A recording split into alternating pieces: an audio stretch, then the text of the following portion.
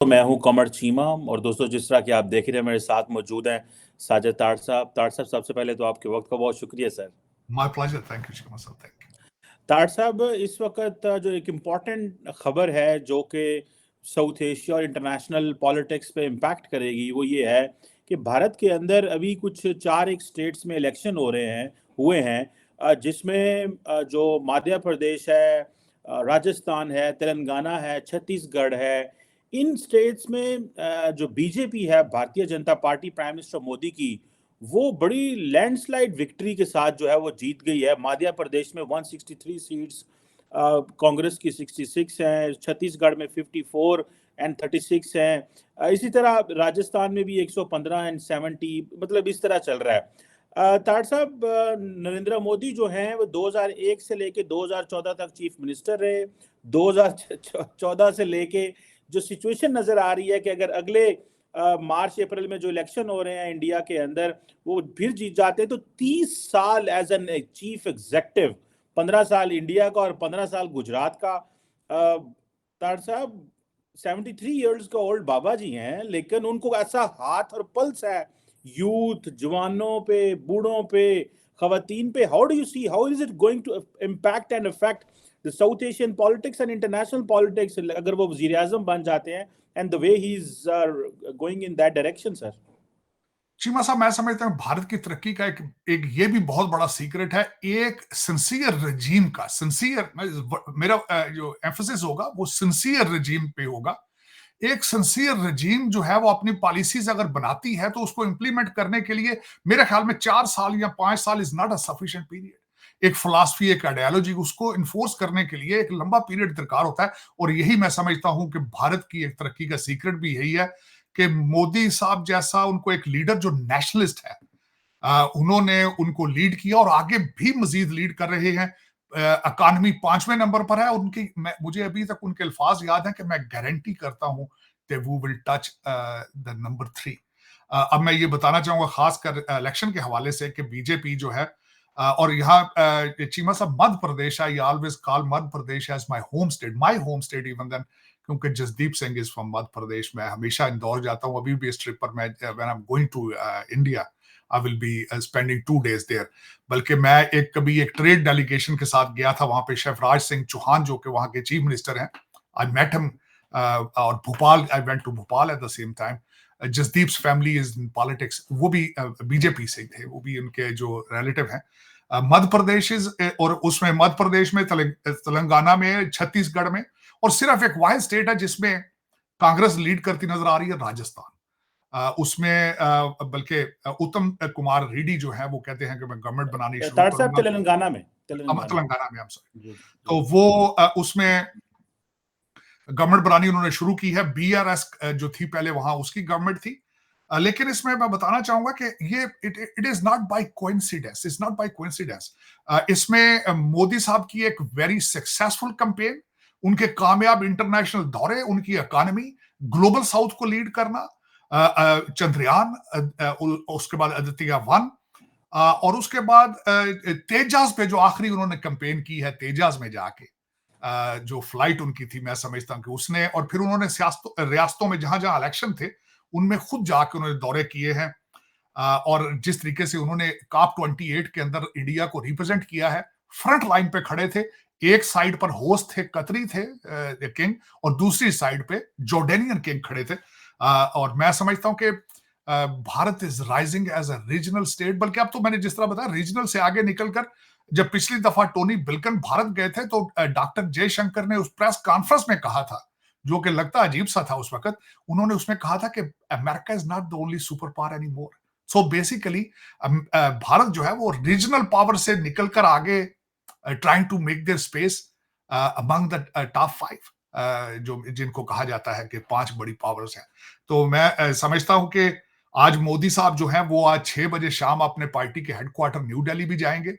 आज मैं जब सुबह उठा हूं तो जो इंटरनेशनल मीडिया है उसमें ब्लूमबर्ग है, बीबीसी है, अल जजीरा है, फ्रांस 24 है, वॉइस ऑफ अमेरिका है।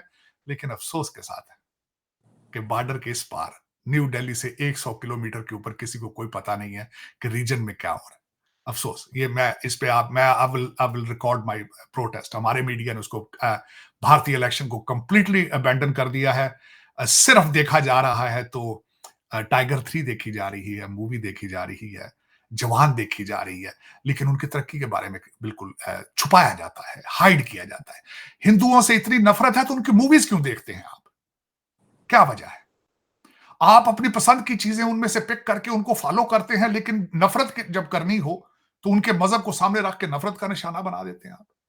उनकी तरक्की को आप जो है वो देखना नहीं चाहते, मूवी उनकी मिस नहीं करना चाहते। क्या वजह है?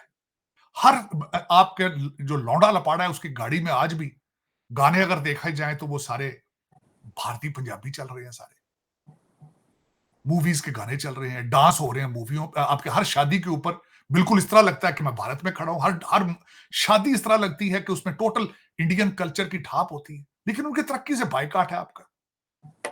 उनकी सियासत पे, उनकी डेमोक्रेसी से बाइकाट है आपका। ये ज्यादती है और आप अपने आप से ज्यादती कर रहे हैं, उनके साथ ज्यादती नहीं है, क्योंकि they have given you a distance of at least 100 years. जो जिस तरीके से उनकी फॉरेन रिजर्व 600 बिलियन है, जिस तरीके से उनका इंडियन डायस्पोरा है, जिस तरीके से तालीम है, जिस तरीके से Indian institute of technology is working and performing.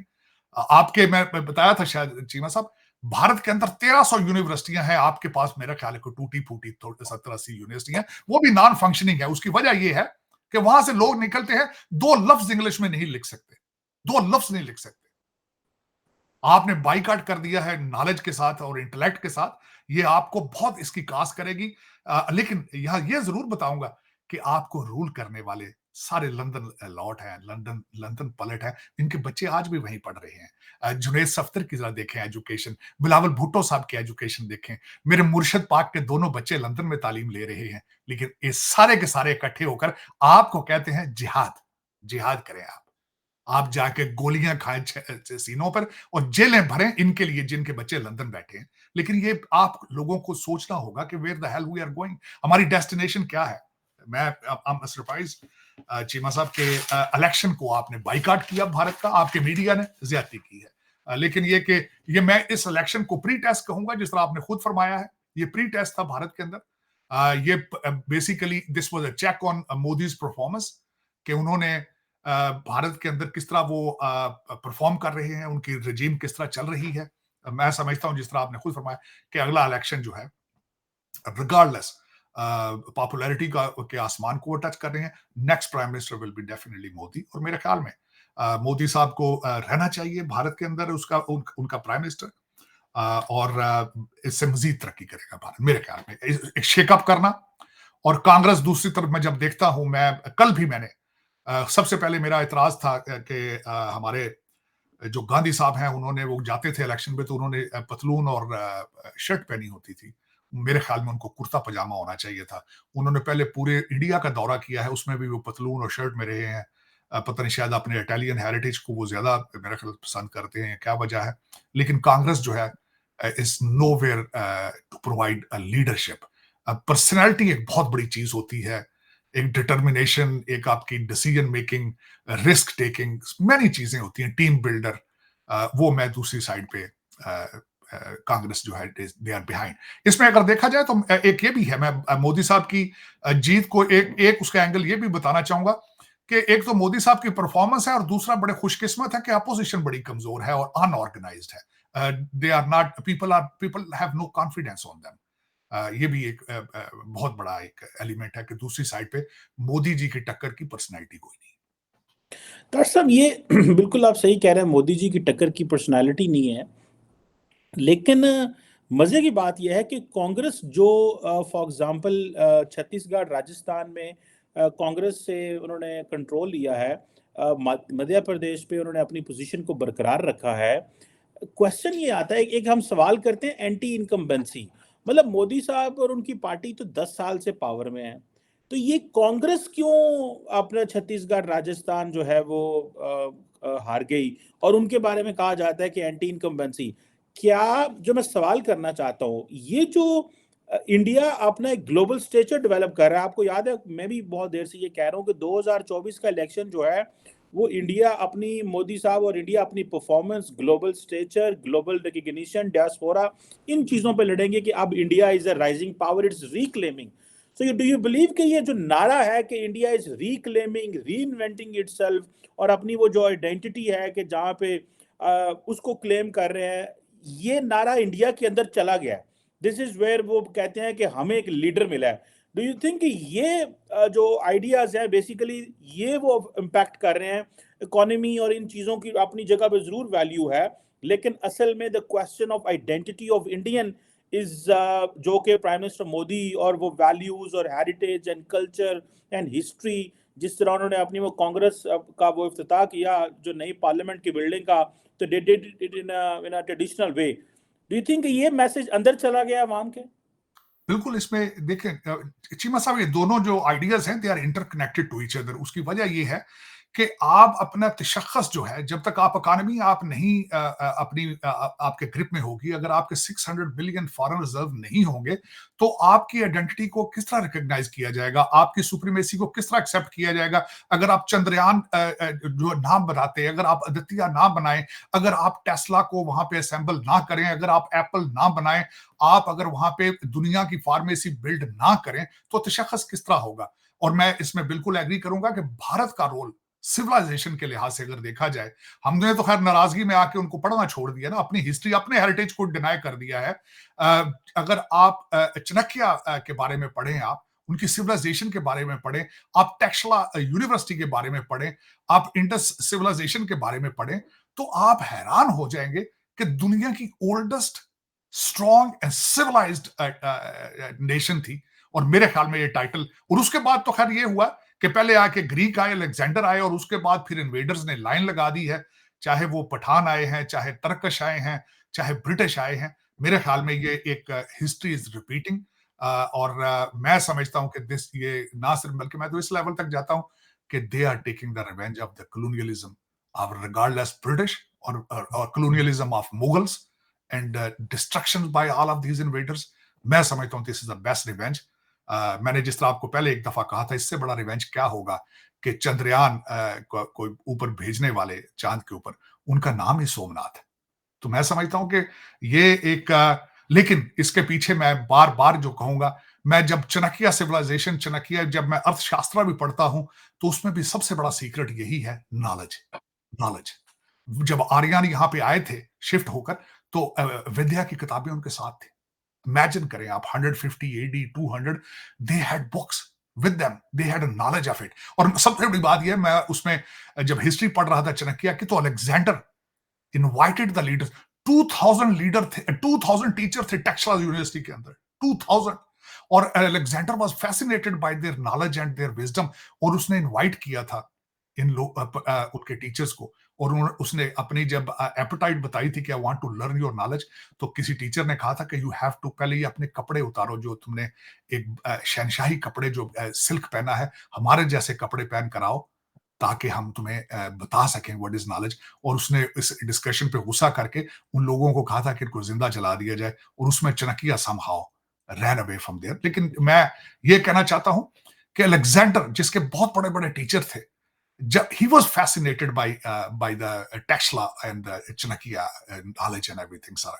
तो उसमें अगर देखा जाए, उसको रिक्लेम करना चाहिए, उसको उस पर प्राइड होनी चाहिए हमारी। और मैं समझता हूं अगर ये हो रहा है तो इस रीजन के लिए बहुत अच्छा है, मुझे फख्र है इस चीज पे, होना चाहिए रिगार्डलेस। ये नफरतों से आपको आगे निकलना होगा चीमा साहब। मैं हमेशा देखिए, नॉलेज का कोई मजहब नहीं होता, साइंस का कोई मजहब नहीं होता। मैं, अगर आप नाराज है दुनिया से तो आपकी गलती है। कंप्यूटर का क्या मजहब है? कोई मजहब है कंप्यूटर का? लेकिन आपने बना दिया, ये ज्यादती है। आप चाणक्य को जिस नजर से देखते हैं, आपने उसको रिलीजियस टच दे दिया है। मैं उसको साइंस का टच देता हूं, मैं उसको विजडम और नॉलेज का टच देता हूं चाणक्य को। लेकिन ये कि इसमें आपको आप जब कहते हैं ना, सोच बदलो पाकिस्तान बदलो, जिस तरह उधर तो नारा लग रहा है कि सोच बदलो भारत बदलो, ये आपको भी इस नारे पे काम करना होगा, इसके बगैर गुजारा नहीं है। चीमा साहब, आपको इन चीजों से आगे बढ़ना होगा। मैंने जिस तरह पहले आपको, आप दुनिया से नाराज हैं, क्यों नाराज हैं आप? आप सारी दुनिया से बाइकआउट कर दिया आपने, क्यों किया है आपने? हालांकि आपको बच्चों को आपको सारे बताने वाले सारे लंदन वासी हैं, ये भी नहीं आप सोचते, एटलीस्ट यही सोचें आप कि जो रूलिंग आपकी एलीट है उनके तो दौरे खत्म हुए कभी लंदन के। इस वक्त हमारे काकड़ साहब हैं जिनका कोई पोर्टफोलियो नहीं है, उनको जानता भी कोई नहीं है, लेकिन है कि उनके दौरे रोक रहे हैं। हालांकि उनका उनका सिर्फ एक असाइनमेंट थी कि इलेक्शन कराया जाए केयर टेकर गवर्नमेंट, बल्कि हमारे काजी फायज ईसा साहब ने वो भी कंट्रोवर्सल कर दिया था, ये कह के कि इलेक्शन कमीशन के होते हुए इस गवर्नमेंट का जवाब ही कोई नहीं, और वो बंदा दौरों से जहाज से नीचे उतर ही नहीं रहा। वो ये आपका this is what it is. और वाहिद मेरी मादरे मिल्लत एक वाहिद मुल्क मैं समझता हूं, होंगे कई अफ्रीकन कंट्रीज भी होंगे, इसमें कोई शक नहीं है, जो 76 साल से खैरात पे चल रहा है, 76 साल से, और नो रिलीफ इन साइट, और चलाने वाले सारे जो है वो ऑक्सफोर्ड और हार्वर्ड ग्रेजुएट हैं। इससे बड़ी सितम जरीफी क्या होगी कि मैं अगर किसी को मिसाल दूं आज कि यार किसी आप पाकिस्तानी लीडर को बताओ कि सिंगापुर को किस तरह बनाया था प्राइम मिनिस्टर ली ने, तो वो तो उसकी 18 किताबें उन्होंने पढ़ी होंगी ऑक्सफोर्ड में, लेकिन वो कहते शर्म हमको मगर नहीं आती। फिर उसका हल तो कोई नहीं ना, उसका हल क्या है जी? डॉक्टर साहब, मैं एक सवाल आपसे करना चाहता हूँ। आपने कहा कि आपने दुनिया का बायकॉट किया हुआ है। मैं इस बात को मुझे समझ आ रही है। आज पाकिस्तान में जो बड़ी खबर है ना, वो ये है कि वो प्रोडक्ट्स जो इज़राइल बनाता है उनका बायकॉट करें। बिल्कुल। ठीक है? हम गज़ा पे ज़्यादा फ़ोकस कर रहे हैं। अपने खित्ते को हम ना एम्ब्रेस करते हैं, ना ओन करते हैं, ना अपने कल्चरल हेरिटेज, ना वैल्यूज़ इस खित्ते की ओन करते हैं।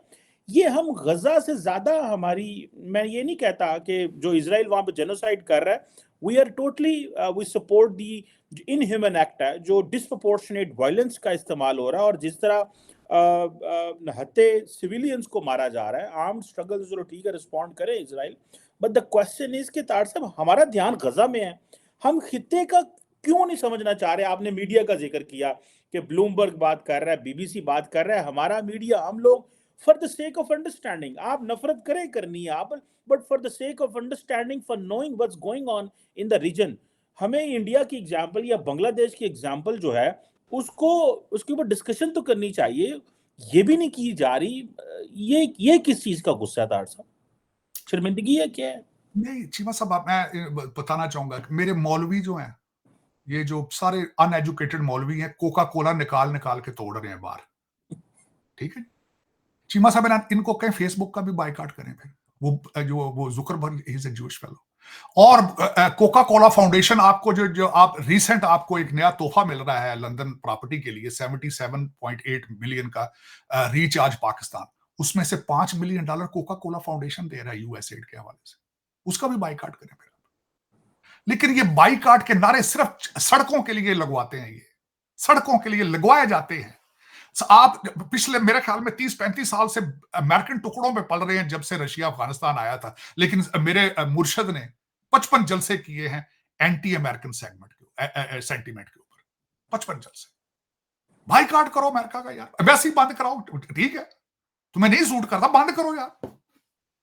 लेकिन ये कि नहीं, पैसे लेने के लिए हम ठीक है आपके साथ हैं, लेकिन आप वैसे हम नारों के लिए आपके खिलाफ हैं। और दूसरा चीमा साहब, मैं आपसे पूछ, आप किससे राजी हैं यार? आपने सी पैक बनवा के चाइना के साथ भी नाराज हैं आज आप। अफगानिस्तान के लिए आपने तबाह कर दिया अपना मुल्क है, आज वो भारत के साथ फिर लवी डबी, वो उनके साथ है सारा कुछ। आपको उन्होंने आप पे एतमाद नहीं करते, आपको वो आप मैच के अंदर कुर्सियां उठा उठा के मारते, गालियां देते हैं आपको। आप राजी किससे हैं? कभी 25 करोड़ लोगों से पूछें कि यार तुसी किधर नाराजी हो? बंगालियां ना तुसी रेंजो, चाइना ना तुसी रेंजो, अमेरिका का एंटी सेंटीमेंट है, इंडिया ने तुसी आंदे हो हिंदू ने काफर ने मारो। किसके साथ राजी हो? मुझे को वो ऐसा है कोई कंट्री मुल्क जिसके आप साथ राजी हो और आपका डॉलर इंटरेस्ट उनके साथ इन्वॉल्व ना हो?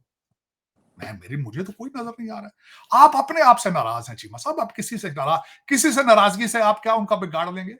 आज की खबर मैं बताना चाहता हूं, अफगानिस्तान के नई दिल्ली के अंदर ऑपरेशन अपना शुरू करने लगे, अपना एम्बेसी खोलने लगे। और मैं जब खबर पढ़ रहा था वहां उनकी, तो वो पहले ही मुंबई और हैदराबाद में उनके कौंसल जनरल काम कर रहे हैं पहले। और इंडिया सबसे पहले, ये ब्लूमबर्ग की खबर है, ब्लूमबर्ग ने कहा है कि India is getting closer to Afghanistan to protect their investment. और दूसरी सबसे बड़ी वजह उन्होंने बताई है कि रशिया और चाइना उनके करीब होता जा रहा है और उसमें India doesn't want to left out. आप कहां खड़े हैं? आपने कौन सी एफर्ट कर रहे हैं अफगानिस्तान के साथ रिलेशन या डायलॉग या कुछ भी करने के लिए? टीटीपी मार दी पे जुतियां तो उसी अगो लंबे पे। आज भी चलास के अंदर क्या वाकया हुआ है? बस के ऊपर 8 बंदे मारे गए और वो चलास कहां है? सी पैक के ऊपर है। चीमा साहब, आप क्यों नहीं सीरियस अपने मुल्क के लिए? मैं ये पूछना चाहता हूं, आप क्या चाहते क्या है? आप उन तो दुनिया भी सोच सोच के परेशान होगी, कहते यार कैसी कौम है यार। मैंने आपको कल परसों कहा था कि इस्लामिक इमिग्रेशन पे तो अब दुनिया लेट गई है, माफिया मांग रही है आपसे। वो कह रहे खुदा दा डोनाल्ड ट्रंप की बात सुन ले। वो कहना सी मैं अगले इस इलेक्शन में उन्होंने कहा, उन्होंने कहा मैं आया तो जो ये स्टूडेंट जो जलसे निकाल रहे हैं मैं इनके वीजे कैंसिल करके डिपोर्ट करूंगा। इनको करना चाहिए, उनको क्यों नहीं करना चाहिए? If you don't agree with an American ideology, what the hell you doing here to begin with? लेकिन अब दुनिया माफिया मांग रही है, क्यों? क्या वजह है? Why you are not workable people anymore? क्या वजह है? मैं अगले दिन हिस्ट्री पढ़ रहा था, ये आज की बात नहीं है चीमा साहब। जब से बगदाद टूटा था, मैं बगदाद के बारे में पढ़ के I was very much inspired by that. उसको कहा जाता था बैतुल हिकमत। 100 ऊंटों के ऊपर मामू रशीद किताबें इंपोर्ट करता था पढ़ने के लिए, किस तरीके से ट्रांसलेट की जाती थी, मैं उसके बारे में पढ़ रहा था। प्रोसेस उसका, एक बंदा किताब पढ़ता था, नीचे लाइन लगी होती थी ट्रांसलेटर्स की। उसके बाद आप नाराज ऐसे हुए हैं इल्म के साथ, और आप आज चाहते हैं कि दुनिया जो है 600 सेंचुरी में चली जाए। दुनिया गारों, हम गारों में रहें, खोतियां दे फिरी ऐसी आंदे नहीं सुनिया और गलियां दे विच रांझा यार पे। पता नहीं यार क्या वजह है, लेकिन हाँ एक बात जरूर है कि जो बच्चा पाकिस्तान में पैदा होता है खाब लंदन और टोरंटो के देखता है। रूलिंग पार्टी जे और सीएसएस अफसर ਤੁਹਾਡੇ ਜਿਹੜੇ ਨੇ मिडिल क्लास तो आए होंगे ਜਿਹੜੇ, उन्होंने भी खाब लंदन से टोरंटो। पता नहीं फिर मैं चीमा साहब इस पे मैं क्या बताऊं आपको कि आप किस अपने आप को धोखा दे रहे हैं, किसी और को धोखा दे रहे हैं, आप क्या कर रहे हैं, आप किधर जाना चाहते हैं? मैं आई विश कि मुझे कोई बंदा सेंसिबल मुझे गाइड करे कि नहीं you are wrong, we are on the right track. अब मुर्शद मुझे कल किसी ने कहा था, किसी ने कल मुझे थोड़ा सा कई जज्बाती है लौंडे लपाड़े, उन्हें कहा एक वाहिद बंदा है जो 25 करोड़ लोगों के लिए जेल में बैठा है तो वो कुर्बानी दे रहा है। मैं क्या सिर्फ 2 चीज़ों का जवाब तुम दे दे, आई रेस्ट माय केस। मैं क्या बुजदार एक्सप्लेन कर दे तो मैं अगे गल कर दे ही नहीं, मैं बोल दे ही नहीं यार, छड़ दे गल। बुजदार प्लस लैन दा जो उन्होंने ਉਹ ਪਾਰਟੀ ਆਪਣੀ ਉਹਨਾਂ ਨੇ ਪੀਸ ਪਾਰਟੀ ਨੂੰ ਲੀਜ਼ ਤੇ ਦਿੱਤੀ ਜੇ, ਹੁਣ ਉਹ ਨਵਾਂ ਜਿਹੜਾ ਆਇਆ ਜੀ ਭਾਈਆ ਗੌਰ ਸਾਹਿਬ पार्टी लीज पे दे दी उन्होंने। इतजाज हसन का शागिर्द है वो, इतजाज हसन जाके और खोसा साहब दा मुरीद है वो भी। वो सारा पीस पार्टी आ गई ना। अच्छा दुनिया को कहता जी इलेक्शन, मैं कहता फिर कहता जी दूसरी कहते सारे दूसरी सारी पार्टियों के बारे में मेरे मुर्शद सारी जिंदगी फरमाते रहे ये मौरूसी सियासत है। इतने डमी क्यों खिलार लिया जी? वो एसएम बाबर आया सी तो उन्होंने क्यों नहीं जी इन्फॉर्मेशन दी वोटर लिस्ट क्यों नहीं दी उन्होंने? बस चीमा साहब ये आपकी बदकिस्मतियां हैं, आपकी बदकिस्मतियां हैं, इसके बारे में और मैं क्या कहूं इसके बारे में। तार साहब फिर इस पे थोड़ा सा इस पे भी एनालिसिस करें कि political stability, civilian supremacy, continuity that page of. अभी मैं देख रहा था कि एक इंडिया टुडे ने इस इलेक्शन से पहले एक रिजल्ट कराया, एक पोल करवाया जिसमें 52% लोग चाहते थे कि 10 साल गुजरने के बाद मोदी के 52% लोग चाहते थे कि मोदी जो है ही should lead the country. 52% as per India Today का एक मैगजीन है वो उसका सर्वे कराते हैं। सो द क्वेश्चन तार साहब यही है कि फिर political stability, civilian supremacy, it pays of अगर हम इसको मौका दें, क्योंकि हमने मौका नहीं दिया, लेकिन जहां जहां पे मौका है, बांग्लादेश है जैसा तैसा भी है वहां पे, या इंडिया इटसेल्फ एन एग्जांपल कि it is paying off civilian supremacy and political stability and continuity. हमने जो 240 मिलियन लोगों पे तजर्बे किए हैं, कभी कुछ आ जाता है कभी कुछ आ जाता है, डू यू बिलीव कि हमने we have learned our lesson, या डू यू बिलीव कि हम जो है वो अभी कुछ वक्त हमें लगेगा समझने में, क्योंकि ऐसा आंखा बंद कीतियां ने इधरों सच्चे पासे। जी वैसा उसमें मैं आज के अगर current under the current circumstances globally as being a student of political science, जो मेरी ऑब्जर्वेशन है कि डेमोक्रेसी की सबसे बड़ी डिक्लाइन जो है ना वो वीक सिस्टम्स हैं। वीक सिस्टम से मुराद कोलिजन गवर्नमेंट्स जो होती हैं, एक 2/3 मेजॉरिटी ना होना, पूरा फुल मैंडेट ना होना, उससे बेहतर है आजकल जो चल रहा है, जो नया ट्रेंड आ रहा है, अथॉरिटेरियनिज्म आ रहा है। पूरी दुनिया के अंदर ट्रेंड है, ये एक कंट्री के अंदर नहीं है। तरक्की भी वही मुल्क करते हैं जहां अथॉरिटेरियनिज्म होता है। मैं 2 मिसालें उसकी दूंगा लाजमी आपको, भारत की और चाइना की मिसाल दूंगा। इस वक्त मैं आपसे पूछना चाहता हूं, अगर आप देखना चाहते हैं दुनिया की बड़े बड़े कंट्री, रशिया में क्या है, टर्की में क्या है, फ्रांस में क्या कर रहा है। अगर आपने फिर देखने कमजोर देखनी है तो फिर इंग्लैंड की हालत देख लें आप।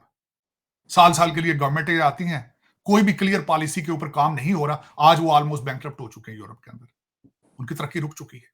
क्योंकि उस आज भी मैं बताता हूं, ये कांग्रेस भी हमारी ये दूसरी मिसाल है यहां पे, कि हर कानून को आगे for the sake of loyalty to your party आपने उसको सपोर्ट करना है और उसको उसके लेजिस्लेशन रोक देनी है। उसमें सफर कौन करता है? कंट्री सफर करता है, वोटर सफर करता है सबसे बड़ी में। तो उसमें आके मैंने ये बताता हूं, ये आइडियल सिचुएशन होती है हमेशा। मैंने बड़े अरसा पहले जब मैंने सिस्टम्स ऑफ गवर्नमेंट पढ़े थे चीमा साहब, sincere leadership, committed leadership is the only secret. अब मैं उसकी छोटी सी, मैंने अभी आप 10 मिनट आपको पहले मिसाल दी है प्राइम मिनिस्टर ली की सिंगापुर। आप देख लें कि उन्होंने कितना अरसा वहां पे गुजारा है, 20 साल ऑलमोस्ट। तो उसमें ये मैं बताना चाहूंगा कि जब तक आपके पास सिंसियर लीडरशिप, कमिटेड और नेशनलिज्म प्रमोट ना करे, वो आगे तरक्की पॉसिबल नहीं होती। अब उसमें दुख वाली बात है, मैं हमेशा अपने आप को ऑफर करता हूं for the debate of about the situation in Pakistan. 14 अगस्त 1947 से लेकर आज की डेट तक मैं डिबेट करने के लिए तैयार हूं कि हमारा आज तक कोई लीडर ही प्रोड्यूस नहीं हो सका। हमारे लीडर शुरू में आते हैं, भुट्टो साहब आए थे, शुरू में ठीक थे, वो बाहर के पढ़े लिखे थे, लेकिन बाद में शुरू में उन्होंने वर्कर्स को वोट दिए थे, लेकिन दूसरे इलेक्शन में फिर जागीरदारों को वोट दिए, because reason made U turn. हालांकि खुद वो एक एस्टेब्लिशमेंट की पैदावार थे, वो अयूब खां के बच्चे थे वो। लेकिन उसमें ये मैं कहना चाहता हूं कि हमारे साथ यही ट्रेजेडीज है। हमारे शुरू में हो सकता है इमरान खान साहब भी ठीक हो, लेकिन बाद में उस्मान बुजदार, आज ये जो नया उन्होंने गौर साहब को पिक किया, ये उस्मान बुजदार प्लस है ये। तो फिर इसमें रिलीफ कहां से आएगी? फरिश्ते उनको बंदे ही को नहीं मिला इमरान खान को। नहीं, बंदे मिलते हैं, बंदों से डरते हैं, बंदे मिलते हैं, बंदों से डरते हैं, पार्टी ने हाथों निकल जाए। ये बात, अपना कॉन्फिडेंस नहीं है, अपनी लीडरशिप, अपनी पर्सनैलिटी में एतमाद नहीं है, और दूजा खुदा ते फेथ कोई नहीं, मौत कोई नहीं, मौत का डर कोई नहीं। देखिए, अगर अगर इनके हाथ से पार्टी निकलनी है तो वो रोक सकता है, सिंपल इसी बात का उनको यकीन नहीं है। लेकिन चीमा साहब ये, और दूसरा नेल्सन मंडेला है, वो बाहर निकला लीडर बनने से गया, लेकिन चीमा साहब बस हकीकत बल्कि compare to the Nelson Mandela है तो हॉलिडे में रह रहे हैं, 8 कमरों का इनके पास पूरा कंपाउंड है जेल के अंदर, और देसी घी में मुर्गियां मिलती हैं, राने मिलती हैं, ट्रेडमिल है। मेरा मसला यहाँ पे तो जेल है ही नहीं है ना, ये कौन जेल कहता है? इस तरह की जेल है तो मैं कहता हूं 25 करोड़ बंदे जेल च भेजो फिर, अगर ये जेल है। वो डॉक्टर आया था शौकत खानम से, उनका जाती, उन्होंने क्या वो खाने के वाले से बड़े मुतमिन है, उन्होंने क्या कोई प्रॉब्लम नहीं। बिल्कुल सुधार उत्थे रोज अंदर बदामां दी सरदाई बनदी अंदर, उत्थे नाले वकील आउंदे ने लतीफे सुणांदे ने, 60 वकील अंदर जांदे लतीफे सुणांदे ने, अंदर बैठ गप्पा लांदे ने, मुठियां भरदे ने जाके। मेरे मालशी डॉक्टर साहब जेल में कहते हैं मालशी बड़े मिल जाते हैं, अंदर वेले बैठे होंदे ने, ਤੇ ਖਾਨ ਸਾਹਿਬ ਵੀ ਕਹਿੰਦੇ ਹੋਣਗੇ ਨਾਲੇ ਉਹਦੇ ਕੋਲ ਗੱਲਾਂ ਸੁਣਦਾ ਹੈਗਾ ਕੋਈ, ਉਹਨਾਂ ਨੇ ਇੰਜ ਹੀ ਯਾਰ ਬਣਾ ਲੈਣਾ ਹੈ, ਉਹਨੂੰ ਵੀ ਇਹਨਾਂ ਨੇ ਗੁਜ਼ਾਰਤ ਬਜ਼ੁਰਤ ਦੇ ਦੇਣੀ। ਵੇਖੋ ਨਾ, ਬੁਜ਼ਦਾਰ ਨੂੰ ਵੀ ਤੇ ਰਿਪਲੇਸ ਕਰਨਾ ਹੀ ਨਾ, ਕਿਸੇ ਬੁਜ਼ਦਾਰ ਦੀ ਜਗ੍ਹਾ ਤੇ ਵੀ ਤੇ ਕਿਸੇ ਨੇ ਆਉਣਾ ਹੀ ਹੈ ਨਾ, ਕੋਈ ਜੇਲ੍ਹ ਚੋਂ ਫੜ ਕੇ ਲਿਆਉਣਗੇ ਹੁਣ ਕੋਈ। वो जरदारी साहब भी ऐसे ही करते थे, कहते थे जो जरदारी साहब को ज्यादा खाने भेजता था, अच्छे खाने भेजता था, जरदारी साहब बहुत प्रोटोकॉल लवा छाड़ते थे, खिदमत कर से चीमा साहब आपका एक नेशनल लेवल का लीडर, उसकी सिर्फ एबिलिटी ये थी कि लंदन में जरदारी और बेनजीर के घर के पास उनका देसी रेस्टोरेंट था, ताजा रोटी भेजते थे। वो एक नेशनल लेवल का लीडर था, उसका सिर्फ रेस्टोरेंट था लंदन के अंदर, उसको मुल्क की चाबियां पकड़ा दी गई थी। ये चीमा साहब हमारी किस्मतों के फैसले ते तंदूरा ते होंदे ना। वाह वाह वाह साहब, बात तो सही है, किस्मत ਇਹਦਾ ਮਤਲਬ ਹੈ ਜਿੱਥੇ ਜਿੱਥੇ ਲੀਡਰ ਹੈ ਤੰਦੂਰ ਪਿੱਛੇ ਪਿੱਛੇ ਜਿਹੜਾ ਨਾ ਤੰਦੂਰ ਲਾ ਲਓ ਤੁਸੀਂ, ਤੰਦੂਰ ਲਾ ਲਓ, ਤੁਸੀਂ ਚੀਫ ਮਿਨਿਸਟਰ ਬਣ ਜਾਣਾ, ਕਿਸੇ ਵੱਡੀ ਪਰਸਨੈਲਿਟੀ ਦੇ ਕੋਲ ਤੰਦੂਰ ਲਾ ਲਓ ਤੇ ਕੀ ਬਾਤ ਹੈ, ਤਾਜ਼ੀ ਰੋਟੀ ਦਾ ਤਾਂ ਮੁੱਲ ਹੀ ਕੋਈ ਨਹੀਂ ਨਾ जी। सही कह रहे हैं दार साहब, बात तो सही है कि ये जो हमारी किस्मत के फैसले हैं वो ऐसे ही होते हैं कि कौन लीडर की खिदमत ज़्यादा कर लेता है, कौन कुर्ते भेज देता है, कौन जूतियाँ भेज देता है, कौन इस तरह कर लेता है। उधर देखें वो मैंने आज कहा कि वो नरेंद्र मोदी ने कहा कि मैं वो बीए पास हूँ, बीए भी नहीं किया हुआ, तो मुझे कई दोस्तों के मैसेज आ गए, उन्होंने कहा नहीं जी नहीं, उन्होंने ग्रेजुएट किया हुआ है। तो क्वेश्चन ये है कि एक बिल्कुल सादा बंदा जो है उसने भारत की किस्मत बदल के रख दी है। ठीक है जी। और हमें जो है वो समझ नहीं आ रही कि हमने क्या करना है। ज़ाहिर बात है उनको इंटरफेयर नहीं किया गया, उनको जेलों में नहीं डाला गया, उनको हमने ये नहीं कहा कि तुम ऐसे करो और वैसे करो, निज़ाम को उन्होंने चलने दिया। तो आज उनके सामने रिजल्ट है। और तार साहब जितनी बड़ी इंडिया आबादी थी वो तो तजर्बा कर भी नहीं सकते होते थे, अफरा तफरी माजनी सी तजर्बे होते जिस तरह हमारे यहाँ तजर्बे हुए। हम तो छोटी आबादी थे। लेट्स सी इसमें आइंदा हमें कोई सबक मिलता है इस तजर्बे से। लेकिन डॉक्टर साहब देख रहे हैं फिर थर्ड टर्म तो मोदी साहब आ रहे हैं अगले और कहते हैं मार्च मोदी के। है तो मुमकिन है जी, मोदी है तो मुमकिन है। मैं आई एग्री विद, मोदी है तो मुमकिन है। और Modi has, I am telling you, the entire credit goes to the Modi to take India to the next level, period. Single handedly. Single hand. और टीम बिल्डिंग का उनका है, ग्रिप है सब्जेक्ट के ऊपर, ग्रिप है इंडिया के ऊपर। मैं देखिए, नेगेटिव फरिश्ता कोई भी नहीं है, हर एक के अंदर खामियां होती, लेकिन look at the result, bottom line देखें ना आप। मैं खुद ये चाहता हूं, मैं आज बल्कि मैं बैसीते वकील, मैं कई दफा सपोर्ट कर चुका हूं आसिम मुनीर साहब को। मुझे मैसेज करते लोग, यार खाओ, तुम एक वकील हो, पॉलिटिकल साइंस स्टूडेंट, एक आर्मी वाले को प्रमोट कहते हो कि, और मैं कहता हूं एंड रिजल्ट होना चाहिए यार। पाकिस्तान पाकिस्तान पाकिस्तान डिलीवर एक आर्मी वाला करता है, I have no objection with it. सही लेकिन बात है। बॉटम लाइन देखो, बॉटम लाइन देखो। चलो खैर, चीमा साहब सही कह रहे हैं डॉक्टर साहब। ये असल चीज़ तो डिलीवरी, आपने सही कहा कि हम ये वो नहीं कर सकते। ये भी उनकी भी जितनी को अकल है हमने देख ली है, इनकी तो इतनी अकल नहीं है, अपनी हुकूमतें ही बचा लें। तो ऐसे कर लें, लेट्स सी क्या होता है। लेकिन नरेंद्र मोदी तो आ रहा है, यही वजह है कि अमेरिका भी आज बड़ा स्लो स्लो खेल रहा है डिस्पाइट द फैक्ट। कनाडा को भी करना पड़ा, इंटरनेशनल कम्युनिटी साइलेंट है। तो हर चीज़ जो है ना वो देख रहे हैं कि हाउ बेसिकली नरेंद्र मोदी की जो थर्ड टर्म है, it is telling that the mood of India वो जो है ना वो सामने आ रहा है। And that's how the nations are making their policies regarding India. It's a popular leader. और वो अपनी ताकत के साथ आएंगे। अगर हमारे नवाज शरीफ साहब जीत गए तो हो सकता है कोई किधर अस्सलाम वालेकुम वालेकुम सलाम हो जाएगी डॉक्टर साहब। लास्ट टाइम जब मोदी साहब पाकिस्तान आना चाहते थे फ्लाई करके, तो नवाज शरीफ साहब ने वेलकम किया था। लेट्स सी कुछ होता है यहाँ के, नहीं होता। बट देखिए इतनी अनसर्टेनिटी है कि हम इंडिया के 4 महीने 5 महीने 6 महीने इलेक्शन से पहले बता सकते हैं क्या हो रहा है। सानू तो सवेरे नहीं पता साढ़े नाल की होना है। तो बिल्कुल, थैंक यू वेरी मच शायद sir, it's always pleasure talking to you. आपके वक्त का बहुत शुक्रिया सर, थैंक यू।